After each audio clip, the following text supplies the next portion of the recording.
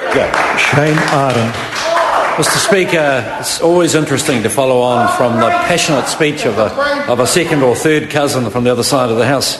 As an active farmer and the MP for Taranaki King Country electorate, which actually includes a large chunk of the Waikato, it was more than interesting to listen to what Labor have talked about they want to do as opposed to what they did do when they were in government for 9 long years.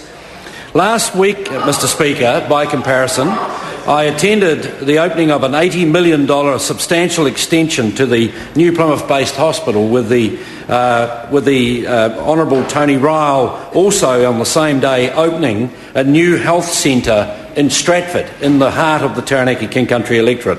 Substantial actual improvements in health services. There have been an extra 4,337 elective surgeries in the Waikato and Taranaki DHBs in the 2009-10 year. These are real numbers, not artificial and substantially inflated numbers that we hear from the other side.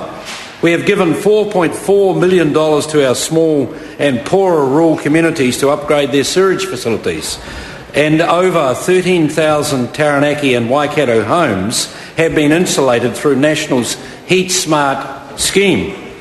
There has been a 4.4% drop in recorded crime in the 2010 year for central districts and 3% for the Waikato. Mr. Speaker, these are real achievements from the John Key government. We have spent $3 million in upgrading schools in the electorate. There are major policy initiatives by this government that will have a positive and ongoing effect for rural New Zealand and for electorates like the TKC. Primary Growth Partnership has invested something like $447 million in industry promotion and innovation and on-farm innovation and promotion, plus jobs, plus growth, plus market opportunities, plus environmental sustainable technologies, plus a higher standard of living for the whole of New Zealand. And it's interesting to hear the members on the other side, because you see, there's one thing that they forget, and they always forget, and they always ignore when they're in government, and that is that our agricultural sector, Mr. Speaker, and you know this as well as anyone in the House, but the agricultural sector of New Zealand is the backbone of New Zealand, is the way forward for this economy. In fact, the opportunities that have opened up to export high-quality protein foods to the world because of the work of the John Key government and ministers like Tim Grosser signing up and opening up trade opportunities for us have never been greater. Never been greater in the history of New Zealand. There has never been a greater opportunity. And what would our opponents do? What would happen if they were given the chance? Well, they would entertain what they always have, a tax and borrow and hope policy, Mr. Speaker, which has failed, and it has failed so many times that we cannot remember. So what else has the National Key government done? Well, $350 million worth of rural broadband initiative to be rolled out over the next few years.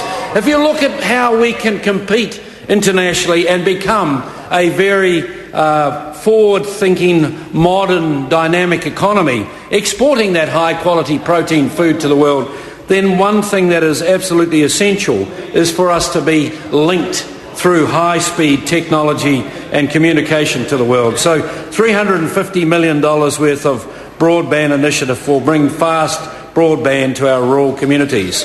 Mr. Speaker, amendments to the RMA, always understated by the other side, always understated. You, as well as everyone else, Mr. Speaker, and I know I shouldn't bring the Speaker into the debate, so I'll refrain from that, but most people in this House know that there was a substantial reduction in growth and opportunity, a lot of the time without any real environmental impact. So reforming the RMA was an essential platform that the John Key national-led government has undertaken. And Mr. Speaker, I look forward to the next 3 years if we are successful at the next election, growing the agricultural sector and improving our way in the world. David Shearer. Thank you, Mr. Speaker.